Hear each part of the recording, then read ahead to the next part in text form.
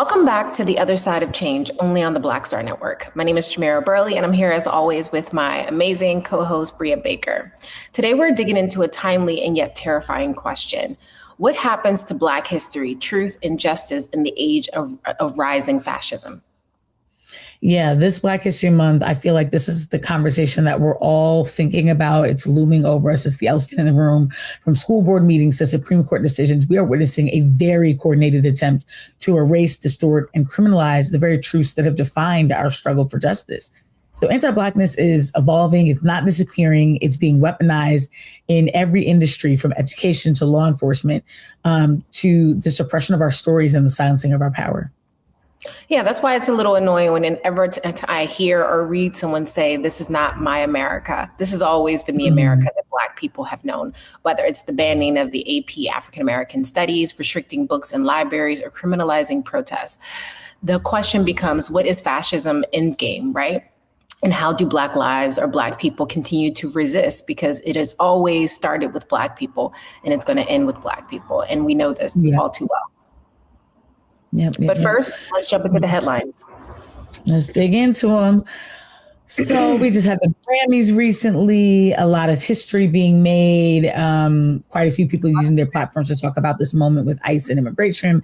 Bad Bunny, who is going to be performing at the upcoming Super Bowl, used his Grammy Award win to protest ICE. And I should say wins plural, because he walked away with quite a few trophies, including the Trophy of the Night Album of the Year. First time that a non-English language album has been selected for Album of the Year. And so I just feel like all of these are the affirmations that we need in this moment, that like this white supremacy, white American supremacy thing is a myth and should be stomped out as soon as possible. So I just love to see him taking up so much space and putting on for Latinos and Spanish speakers and just like those considered other in Trump's America. Yeah, I have not listened to Bad Bunny's album, but now I feel like I need to go listen to it. I know I've heard of to be honest, I'm not familiar with his music at all. Nevertheless, I want him to win. I like that he's winning, but I'm going to go listen to the album. But yeah, it was I don't watch the Grammys, haven't watched for years, but to see so many amazing artists that I appreciate, like Olivia Dean, like Bad Bunny. I was about to say, I know you love you some Olivia Dean. I love Olivia Dean, and I'm going to see her Friday. Super excited. There are some benefits to living in the Bay, I guess, when the Super Bowl is going to be here. But yeah, I get to see Olivia Dean. I also saw that Kendrick Lamar also won I don't remember what category, but yeah, it was just an amazing night. Won an award. This was it was a good night of celebration from what I saw come out of it. As someone who does no longer watch award shows, but there is some good moments in which celebrities can use their platforms to speak out about issues, especially issues that they know that their fan base are deeply impacted by. In other news, this might seem like a small thing to people who are not looking at the bigger scheme. France is dumping Zoom and Teams as Europe seek a digital autonomy from US companies. This is extremely important because I think we've seen the US and Europe being such closely allies for at least my entire lifetime and before that. And to see that France and other European countries are now realize that they're too dependent on US companies, they understand the risk that this poses under a Trump administration who is weaponizing different facets of the government and corporate America against his enemies or against allies that he feels he cannot control. And so seeing this, I'm curious of the long-term implications this will have on US companies who have employees all over the world. But I think this is a about face or a moment in which the rest of the world is looking at America as no longer as their main ally. And I think that is something we should all pause, take a moment to pause and recognize the significance of how that might play in Trump's unstable negotiations with other countries around tariffs. Yeah, I think it's important that what you said as far as like the U.S. no longer being an ally to people we've been collaborating with and countries we've been collaborating with for decades and decades and decades. I think that is a risk in so many different ways. It's a risk for people who import a lot of food and technology and innovation. It is a risk for people who depend on other folks for our defense. It's like all of the things are tied to this. But to that, famous quote of chickens coming home to roost, for quite some time now, we have not been deserving of any space on anyone's moral pedestal. We have made really bad decisions at the United Nations, and we vote against important regulations, and we don't protect human rights within our own borders, but we want to tell other people what to do inside of theirs. So I feel like this has been a long time coming, and it's sad, and it's going to affect us. And so in that sense, it's also scary. But I think that these are the sorts of wake-up calls, because he was supposed to be good at business. He didn't do that. The economy is tanking. He was supposed to be good at negotiating. Hasn't been doing that. All of the countries that he's been allies with for like centuries are saying deuces. Like, what did the Trump voters get in exchange for their votes? They got a leader who hates the same people that they hate. And that for them was enough. That's what it comes to. Because he hates them too. And I guess they hate themselves. Yep. And we're seeing that a lot of people are cutting off their nose to spite their face. And good luck. Yeah, exactly. When it's under fascism, and we're witnessing that right now. Yeah, absolutely. Yeah. Well, in some other good news. Celebratory news. Mitch McConnell has been hospitalized. They said he was experiencing flu-like symptoms, and we're really trying to downplay it. But I'm like, I don't know. I've seen this man on what y'all call a good day, and him with flu-like symptoms might be, although we've come to the end of the road. I don't know. I just need that. Like, I seen this thing trending online where people are like, what would be the best Black History Month gift? And it's like, you don't even have to say it. Like, we're trying to see some things happen this month. I don't know. I mean, hell has room for him. Yes. I hear they have vacancies for a lot of those people. Yeah, and I'm not here to wish bad on anyone, but I think what this indicates for me is that Mitch McConnell is in his 80s, 90s. Yeah, he's old. He's 83 years old. He has been in office longer than I have been alive, longer than probably many of our viewers have been alive. And yet he is making decisions for a world that no longer exists. And I think there needs to be a larger conversation that we should have is around like how many of our elected officials are in office, particularly in federal office, right, national office, and are taking up space, and yet they are governing for a world and a society that they grew up in that no longer exists and that people don't want to exist. And that's why I believe in creating a future that they won't exist in. Yeah, exactly. If we're going to have age limits for when people can enter into office, we should have age limits for how long people should stay into office. I agree, because it's not ageist, because when they set limits for how, a minimum age, it's protecting around making sure that this person is sound decision maker whose body has the capacity to show up for the demands of this role. And I think we should be asking the same things about those who are at a certain point. Like, okay, yes, you've had enough experience and your brain is fully developed, but are there other things going on where you're just not a good fit for the sort of decision making and the sort of like rooms of power that you'd be in? And I completely agree. I just think I don't want an 80-year-old making decisions for me and for the world that I'm going to inhabit. It doesn't matter to you. No, especially a world that he will not have to deal with the repercussions of, right? So a lot of elected officials are in office and of age where they are never going to see the repercussions of their actions as it shows up in the lives of everyday Americans. And that enough for me is reason why we should have cutoff ages for elected officials. Lastly, there are many famous names in the Epstein files. Every single day, we're hearing more and more names. Everyone from President Donald Trump, which we knew, former President Bill Clinton, Bill Gates, Elon Musk, former Prince Andrew, among dozens of others, right? And I think the thing that stood out to me the most is, it's not criminal enough for people to just email someone, right? Like emailing, you don't know all the things that your friend or your colleague or your business associate is doing. But these are people who emailed and exchanged exchanged messages, exchanged pleasantries, came to his party, was at his house, in his mansion, went to Epstein's island, all after he had already been convicted of assaulting a child, right? These were all after he was already well known for assaulting a child. And to see the layers of manipulation, the layers of the political sphere in which Jeffrey Epstein operated within, and the information that he was able to obtain and use against, but also he didn't have to use these men and their desire and their perverted desires.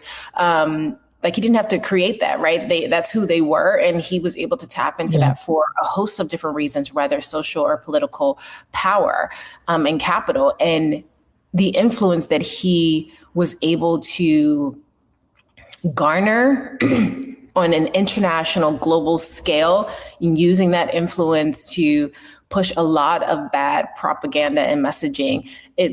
What's being undiscovered is so disgusting in every way. But what's even more disturbing is the fact that we are not seeing dozens of perp walks right now. Yeah. Like, you have people like Elon Musk begging to go onto the island at like 2 a.m.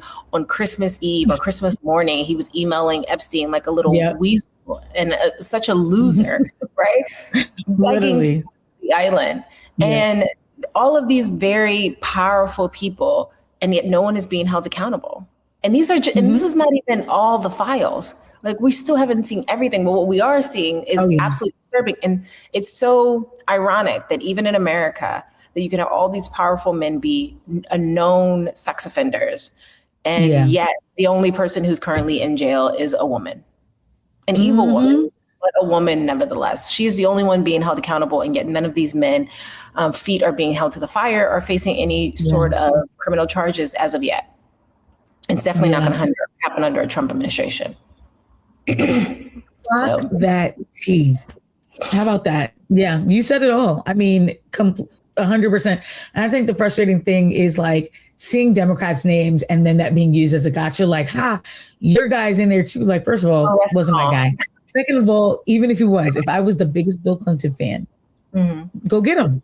Go pick him up. Like, instantly to me is disqualifying of my adoration, love, devotion, whatever that I might have, is you know, credibly being in his email address, trying to go to an island and do God knows what with God knows who, you know, like, So I as you said, I want to see so much more. And this is where my abolitionist values get tested. Cause I'm like, I want to see them all lined up,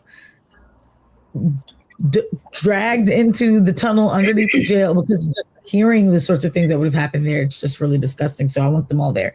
And I mean, listen, Melinda Gates too was talking about it and was like, you know, what do you think about Bill being on the list? She was like, not evading, like, everyone, accountability for everyone, including him. If that's accountability for everyone. No one is above the law. I don't care whose name in the file.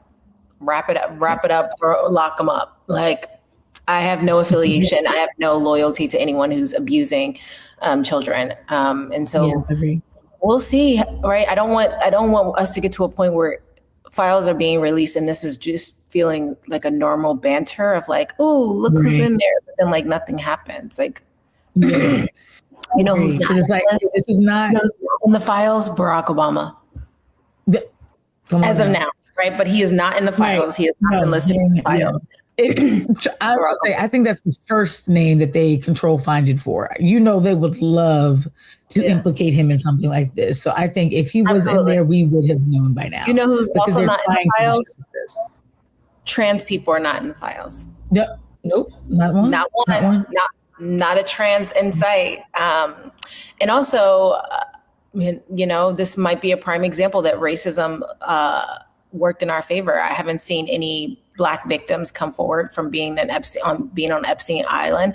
It's still early, right? People might get encouraged to be able to use their voice and speak out, but it just feels like a mountain of information constantly being dumped on us, and our brains are asked to process it in real time, and it's so much. It's so much and too much all at the same time. But, like everyone else, we are all watching and keeping an eye out because Epstein may no longer be here, but the remnants and the impact that he had and the people who he associated with are still here, and we need to deal with that. So we are going to take a break because we want to talk more about what is anti-Blackness, right, in the age of fascism, because these are not isolated incidents. What we're seeing is that this is a part of a national pattern. That the Southern Poverty Law Center recently reported that there were over 800 anti-education bills were introduced in the U.S. just over the course of the last 2 years, and most of that due to the fact that folks do not want communities learning about the true history of how Black people have experienced America, because then they can no longer shape the realities in which they want all of us to live under. Oh, yeah. And they're not just coming for our books. They're coming for every piece of language that we use, all of our storytelling and our frameworks, from critical race theory to DEI jobs to woke. Entire histories are being rewritten or buried, especially Black history. But even, Trump recently changing the signage at national parks to erase Indigenous history and climate change, nods. Like it's all across the board. And so we have to be very, very vigilant, especially during Black History Month. So when we come back from the break, we're going to talk about why it's important for us to not, give up our power and be complacent in this moment. We've got to be really protective of the culture right now. You're watching The Other Side of Change only on the Black Star Network.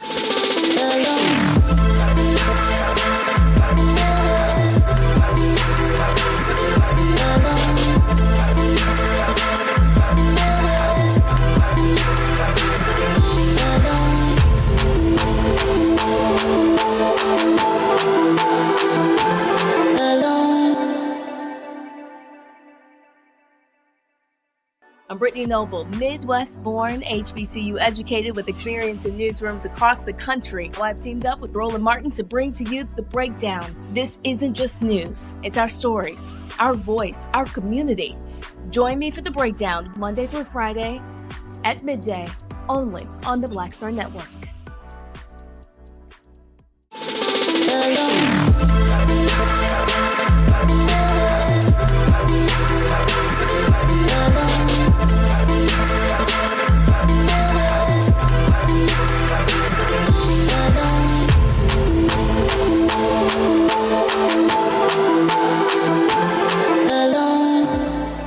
Welcome back to The Other Side of Change, only on the Black Star Network. Let's name it plainly. We are in the era where fascist-adjacent politics are spreading fast. And in a true fascist fashion, truth becomes dangerous, history becomes optional, and Black people becomes targets. But let's also make it clear, Black people in America have never needed to rise and face... I can't breathe. Sorry. Welcome back to The Other Side of Change, only on the Black Star Network. Let's name it plainly. We are in the era where fascist-adjacent politics are spreading fast. And in true fascist fashion, truth becomes dangerous, history becomes optional, and Black people become target. But let's also be clear. Black people in America have never needed a rise in fascism to know what it feels like. We've lived under it since day one. Yeah, I mean, it's been fascist America for us. And long before mainstream media used that language, we experienced it. Government surveillance, we experienced it. Legalized racial violence, experienced it. Banned literacy, experienced it. Coerced labor, forced labor, the inability to vote, constant threat of state violence. Like, all of these things are hallmarks of authoritarian regimes. And they're also pretty normal for how Black America interfaces with white America. So they have defined our life in this country since 1619. Yeah, and let's not forget, right? Before there was ICE, there were slave patrols. There were pursuers in modern policing where state mandated forces designed, control, monitored, and return enslaved Black folks, right? So we are seeing that right now with ICE and the police. In the 20th century, we had Jim Crow laws enforcing racial apartheid in the South, using legal and violence to suppress Black freedom. And then we had the FBI using counterintelligence programs, actively infiltrating Black organizations and Black movement, liberation movements, like the Panthers and the civil rights movements, labeling them as domestic terrorism. This was all a part of a larger scheme that was institutionalized at the very top. So what Trump is doing now with Antifa, what ICE is doing now, like all of these things are following in that legacy. And the goal has always been the same: control, not just of our bodies, but also of our ideas, our minds, the memory that we have. Cultural erasure is central to fascism. And you look at today's book bans and it becomes very obvious. PEN America has reported that in just the last academic year, 5,894 books were banned across the US, which is a record high. And nearly 75% of these books had characters or themes tied to race, gender identity, and sexual orientation, like, Toni Morrison's The Blue Sky, Assata Shakur's autobiography, Ibram Kendi's Stamped from the Beginning, Nicole Hannah-Jones's The 1619 Project. All of these books have been banned in the quote unquote land of the free, home of the brave, where we believe in the First Amendment. And they aren't just banned because they're dangerous. They're banned because they tell the truth. And this is an administration that doesn't believe in truth. Fascism can only fester when truth is obfuscated. So, that's the reality that we're in. Yeah, you have everyone questioning what they know to be true, right? What they're seeing with their very eyes. And the backlash is wide. It is not just curriculum bans. It is a full-on erasure and replacement, as you've mentioned. In some school districts, slavery is now taught as a workforce development program. Excuse me. Florida rejects AP African American Study classes, claiming it lacks educational value. That's not just ignorance. That is erasure. That is intentional indoctrination, a classic tactics of authoritarian regimes that the U.S. is kind of like the blueprint for. Right. Like Russia, the Nazis learned it from us, and we're just taking it back and upgrading it. Yeah. And they're banning our history to restrict our power. So it's not just like, for shits and giggles, we don't know what else to do with our day. Like it all serves a purpose. And so we've seen the impacts of this from the first Trump administration, where now since 2020, there are 22 states that have passed laws restricting voting access, which means that they have cut early voting. They've been purging the voter rolls. They've been limiting mail-in ballots. Over 600 anti-LGBTQ plus bills have been introduced, many of them targeting Black and brown, queer, and trans youth. And there are 42 states that have proposed or enacted laws that restrict how teachers can discuss racism, sexism, or American history in classrooms. So for those who want to believe that this is only happening in a fringe amount of red states and, that's just the crazy South, there are only 8 states in America that have not restricted how teachers can talk about the truth and history in American classrooms. So we're all affected by this. We are, and we are not setting up our kids for success, right? Because you're not just operating in the American context when you graduate college, you're operating in a global context. So we are setting our kids up to know less than their international partners, right? Counterparts about the world and about their own history. And let's also not forget how reproductive control has also been used as a tool or a weapon against Black women.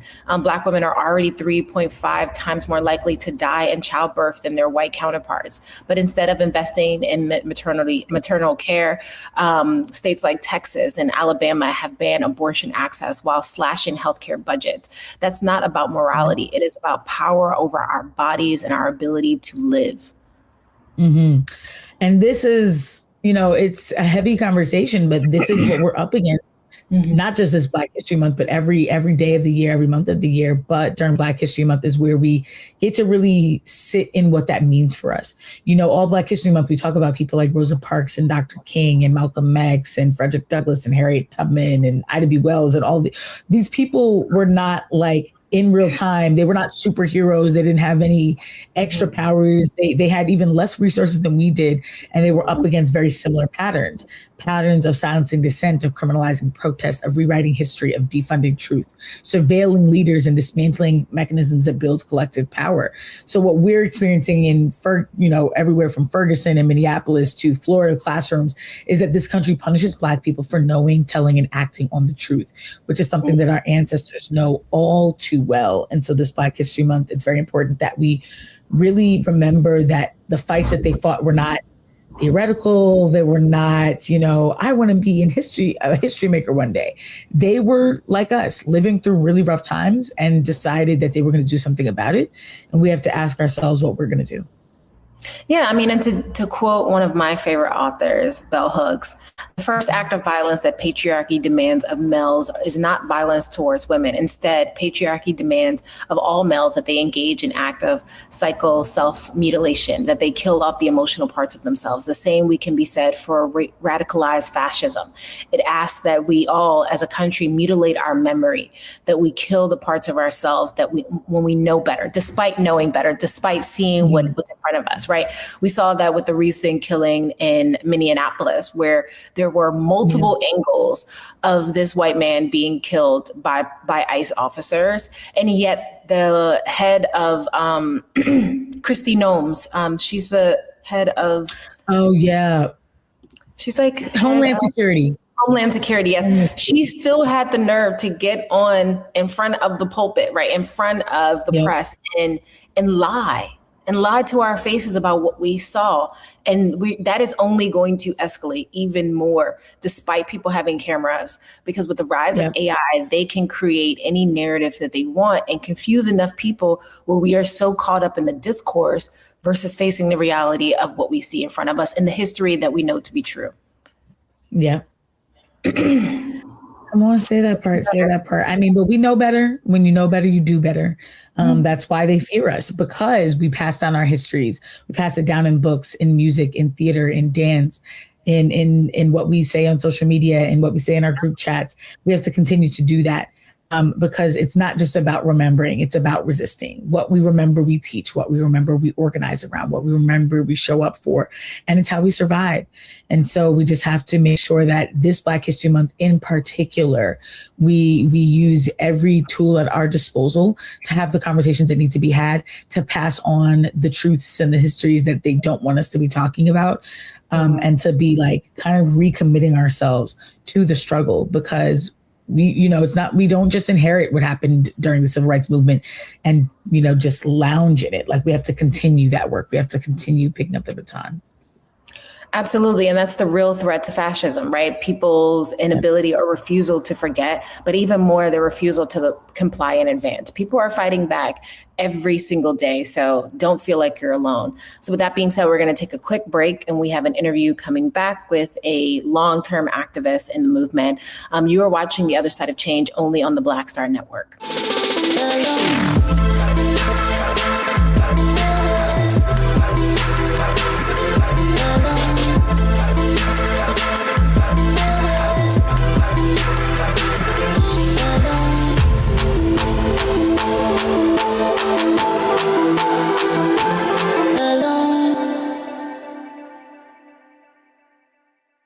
They said the quiet part out loud. Black votes are a threat, so they erased them. After the Supreme Court gutted the Voting Rights Act in 2013, Republican legislatures moved fast. New voter ID laws, polling place shutdowns, purges of Black voters from the rolls. Trump's Justice Department didn't stop it, they joined in. In 2018, his DOJ backed Ohio's voter purge system, a scheme that disproportionately erased Black voters.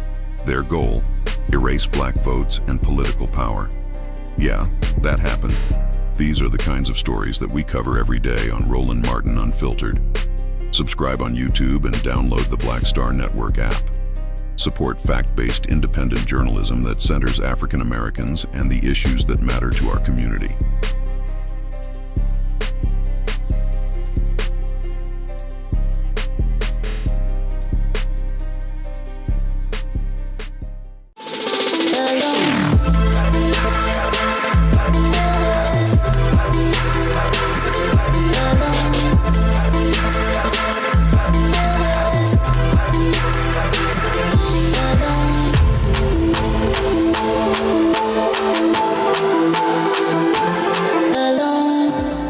Welcome back to The Other Side of Change, only on the Black Star Network. This is my favorite part of the podcast, is our interviews with the guests. We always get to talk to the most brilliant people, and today is no different. Today's guest is Dr. Biko Baker, but we're just going to call him Biko. He's a Milwaukee-born historian, educator, and civic strategist whose work bridges culture, activism, and digital storytelling. With a PhD in history from UCLA, which is going to become like worth its weight in gold soon. Mm-hmm. His scholarship centers on deindustrialization, the war on drugs, and Black resistance movements. He's a former national executive director of the League of Young Voters, where he got to help mobilize youth through hip hop culture and political organizing, securing thousands of jobs and millions in wages for Black communities through economic justice campaigns. And then Biko is also the founder of Render, a digital storytelling firm that elevates community voices through narrative strategy. I'm so excited to speak with him because I just feel like this Black History Month, getting to talk to someone who is both a student of history, but also shaping how we can use culture moving forward. I just think that this could not be a better intersection. So please welcome Biko, Dr. Biko Baker. Hey, how you doing? Appreciate you for joining the family. I don't know whoever remixed my bio. I got to pay them. I got to put them on you can pay me. You can invoice me. No, there's so much I could say about you as someone who met you when you were at the League of Young Voters, which was almost a decade ago. Kind of crazy. But it's a prime example that Biko is not new to this. He is true to this. This is very much a part of his identity and his work. And, you've spent your entire life at the intersection of culture, education, and community engagement, from coaching youth in Milwaukee to working with activists in Ferguson and mapping digital storytelling. Can you talk about how this current wave of anti-intellectualism and historical erasure fits into the long arc of controlling the narratives of Black lives? Ooh, that's a big question. How y'all doing? Mm-hmm. We are good. I appreciate you having me on. And, the narrative is pretty clear that we have this boom and bust period with America. Mm-hmm.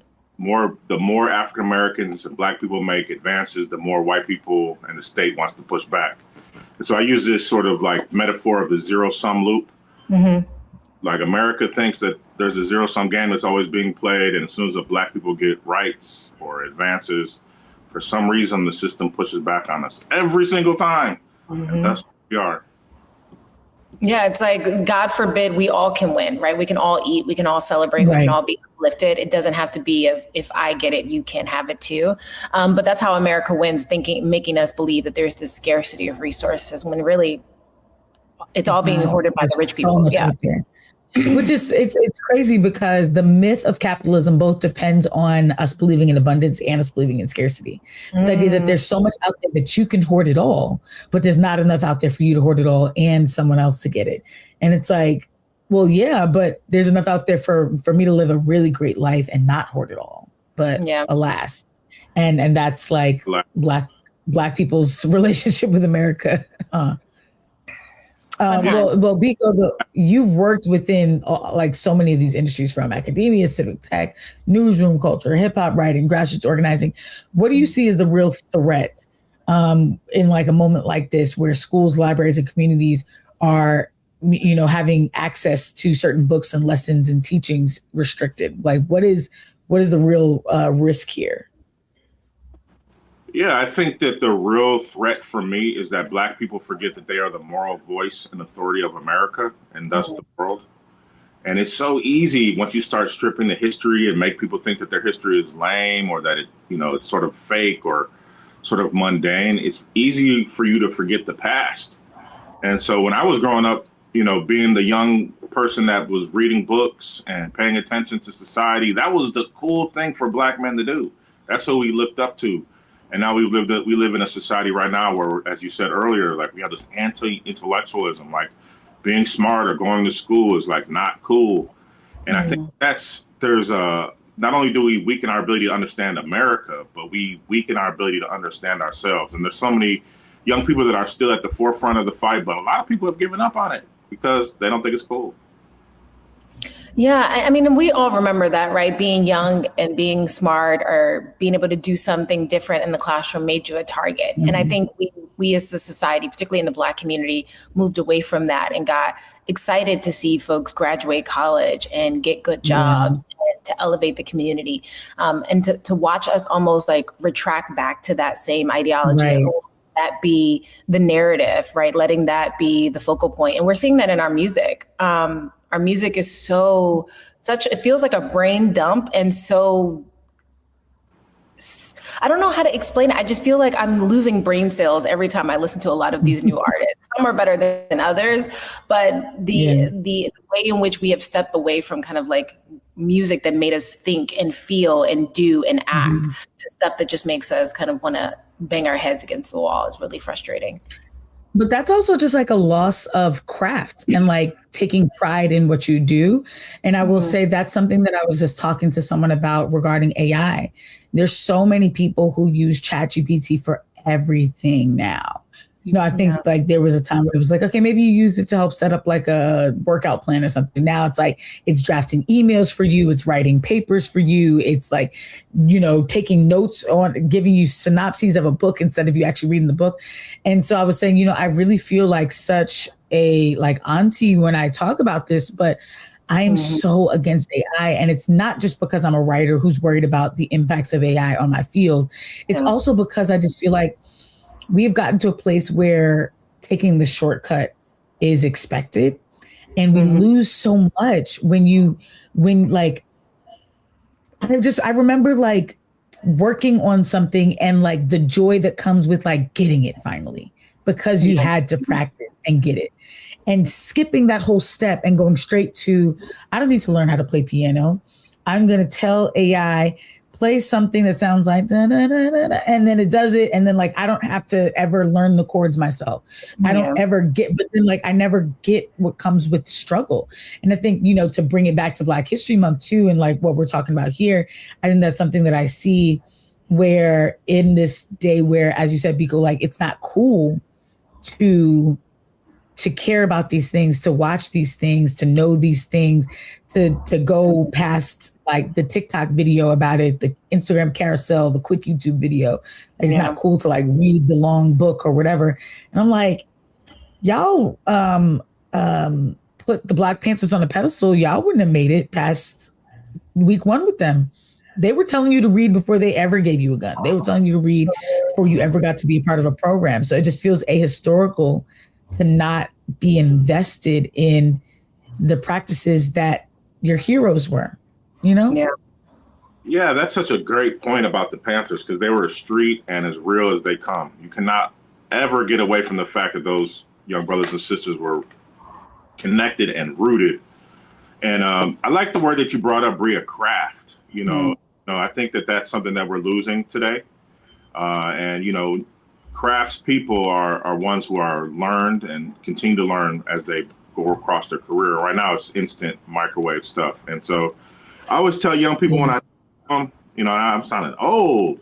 I got old somehow. I was the young person all the time. You were.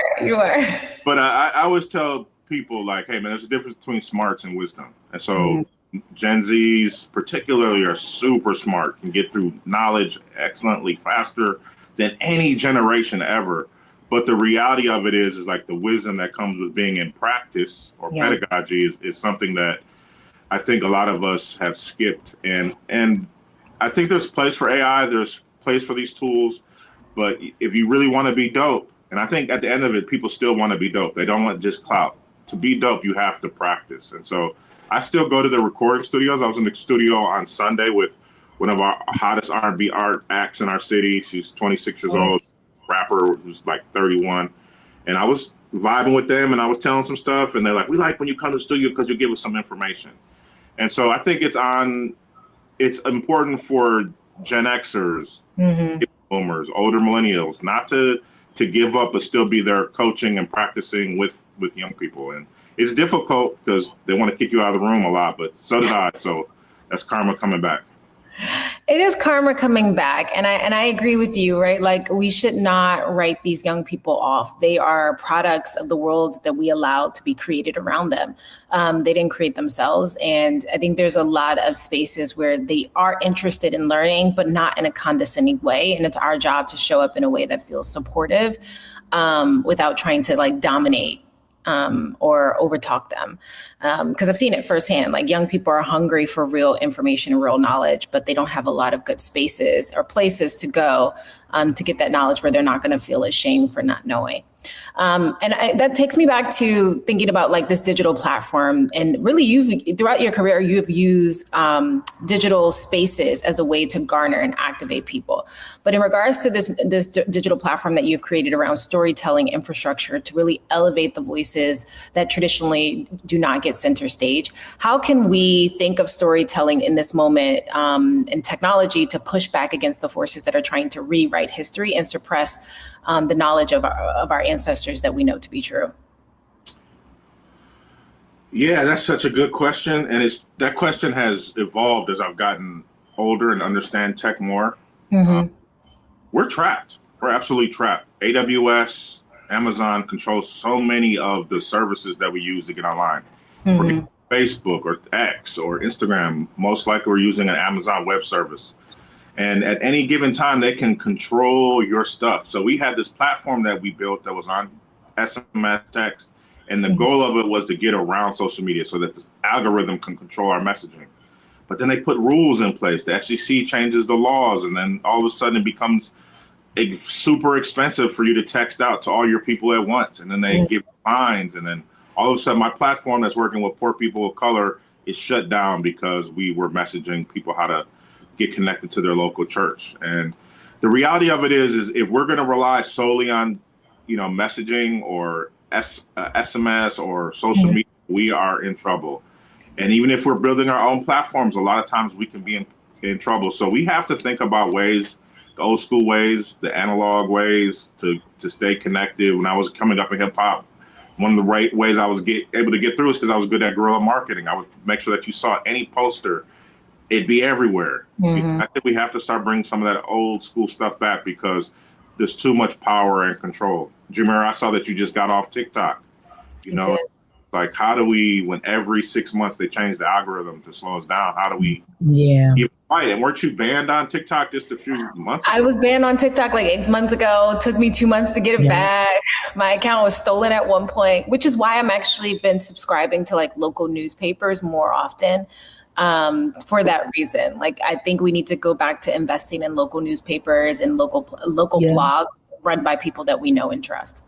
Yeah, Substack is a place to be. I think that's an important place that I'm starting. I've been on it for maybe a year and a half, 2 years, but I'm starting to see it explode, and I think that's important. Yep, same.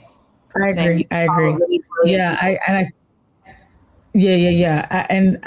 think this is going to be an important way where we see media being decentralized, because right now we just have these conglomerates that own everything, that dictate the story. And for us to control any narrative of ours, we're going to have to invest in independent Black media, in Black artists across different fields who are not, going to the mainstream spaces, because those spaces are diluting their voices anyway. So I know that through your work with Render and, myblackstory.us, like you're helping people see themselves in their own stories and essentially invest in that decentralization as well.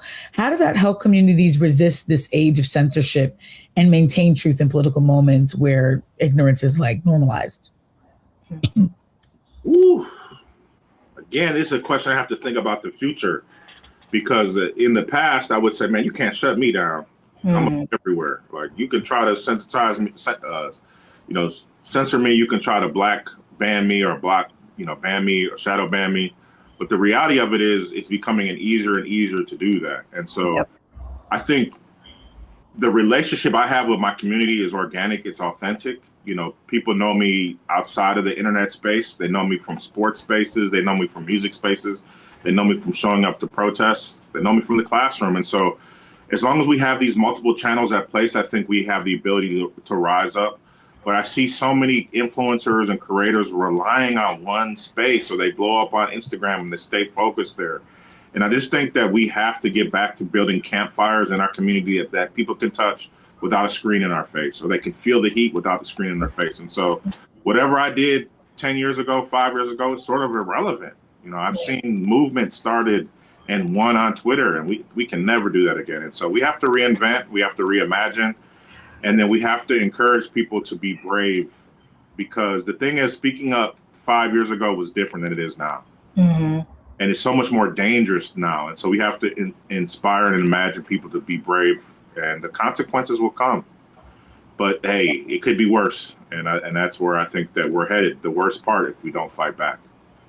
If we don't fight back, and the more of us who stand up and speak out, the easier it will be, right? They can't arrest every single person. They'll try, but if we are collectively standing up and supporting and speaking out on each other, that's why I'm so encouraged whenever I see videos of many communities, particularly in Minneapolis, Minnesota, where they are using whistles to alert their neighbors that ICE is coming, right? Mm-hmm. You can do something as simple as just making people aware of what's happening, or paying attention, right? Not turning away, because that's how they win also. It's easy to manipulate people when they're not paying attention because they don't know what actually happened, especially in the era of AI.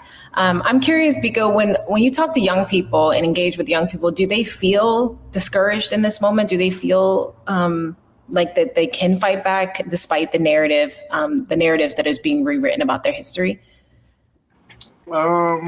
That's a good question. I teach a class that has like 100 people in it. I teach one class with 200 people, but one in person with 100, and about 100. And at the beginning of every class, I'm like, how many of y'all heard that there's a civil war coming? And they can all raise their hand. I'm like, yo, this is like, why is the civil war coming? And, many of them, can give an answer, but the reality of it is I think that more people are news adverse than ever. And they're adverse because like constantly bombarding them with bad news. Yeah. You can imagine you're a college student right now, your life was turned upside down by COVID. No one even came and helped you with your PTSD related to losing your sports scholarship or not going to the school that you wanted to go to. And so I think there's a lot of baggage and healing that needs to happen with Gen Zs and younger millennials that we're not addressing. Mm-hmm. So like, to fight back means that you have to believe that you even have a life worthy of fighting for. And I think a lot of situation where their emotions is weighing heavy on them. And so I try to give young people a lot of grace. I grew up at a time when it was clear we had to fight because of the war on drugs and crack. Mm-hmm. It's a lot more difficult to understand the stakes. And so, but water seeks the level, and our people, young people, people of color, women particularly, have that instinctual vibe. And I think that's why you see people so quickly showing up to Minneapolis. Like when you have 100,000, the fight, something is going on. That's so true. I love to see it. It feels like what I witnessed in Ferguson. It feels like what I witnessed in New York City with Occupy Wall Street. Like, I just love to see this like true grassroots bubbling over for people who are like, nah. And for the demand to be abolition, like to really move people, to have celebrities getting on a Grammy stage saying that feels like the sort of thing that happens when we communicate and tell our stories the way that they should be, regardless of what permission we are or are not being given somewhere else.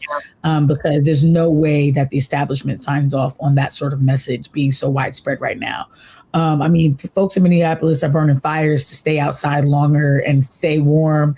They putting out they freezing the roads so that ice are slipping. They're getting real creative, and I really love to see that. So before we go, if you could give listeners one action step right now, something tangible they can do to help protect the history that we are sharing, that is being taught, that is being honored, what would that be? How would you encourage someone to kind of take control of that in this moment?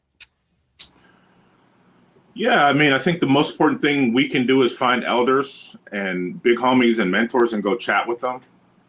My biggest lessons today are when I'm sitting across from a 70-year-old woman who understands the community better than I do. And then she gives me, an hour and a half of just wisdom. And it's difficult sometimes because we don't want to close our mind to listening. But to me, find an elder, find a mentor, sit down, listen to them. Not only is it good for you, but it's good for them and creates a spark in their eyes and maybe even keep them alive a little bit longer. So find someone older than you, learn from them, and go back the week after to keep learning. I love that. And where can our listeners follow you and stay connected to your work?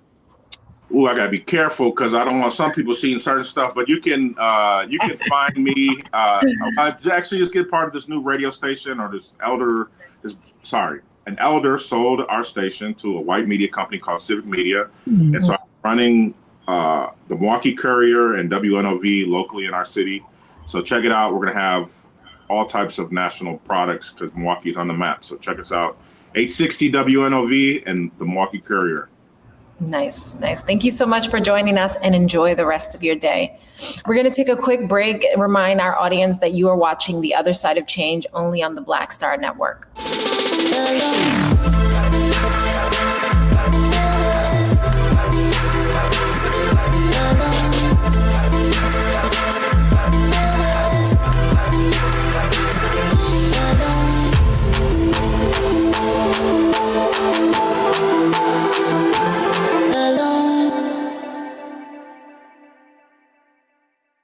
They said the quiet part out loud.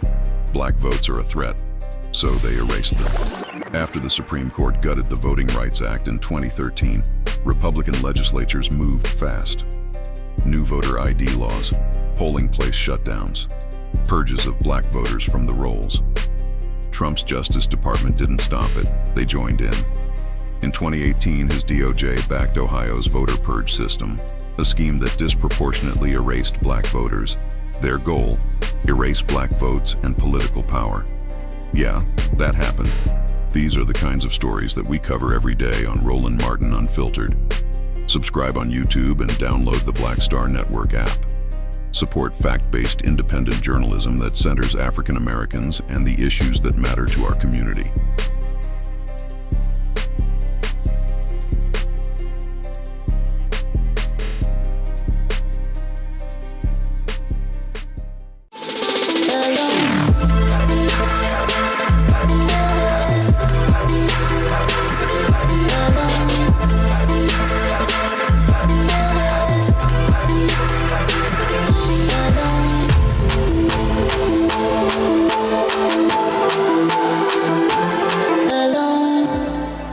Welcome back to The Other Side of Change, only on the Black Star Network. Let today's conversation be a reminder that erasure is violent. When you ban a book, when you're banning a voice. When you rewrite history, you're rewriting accountability. And accountability is not optional, as like Black history is not optional. Both are essential. Black history is the blueprint for resistance, imagination, and transformation in this country. And though they may try to silence us, they can't stop us from telling the truth that's living in our bodies, our stories, and our communities. In our bodies. Today's resistance requires knowing the past, speaking the truth, and refusing to be erased, supporting your local library, showing up at your school board meetings, protecting our educators, and almost always keep telling the stories that are true, despite the fear that exists. Exactly. You've been watching The Other Side of Change only on the Black Star Network. Thank you for being with us. And until next time, keep pushing.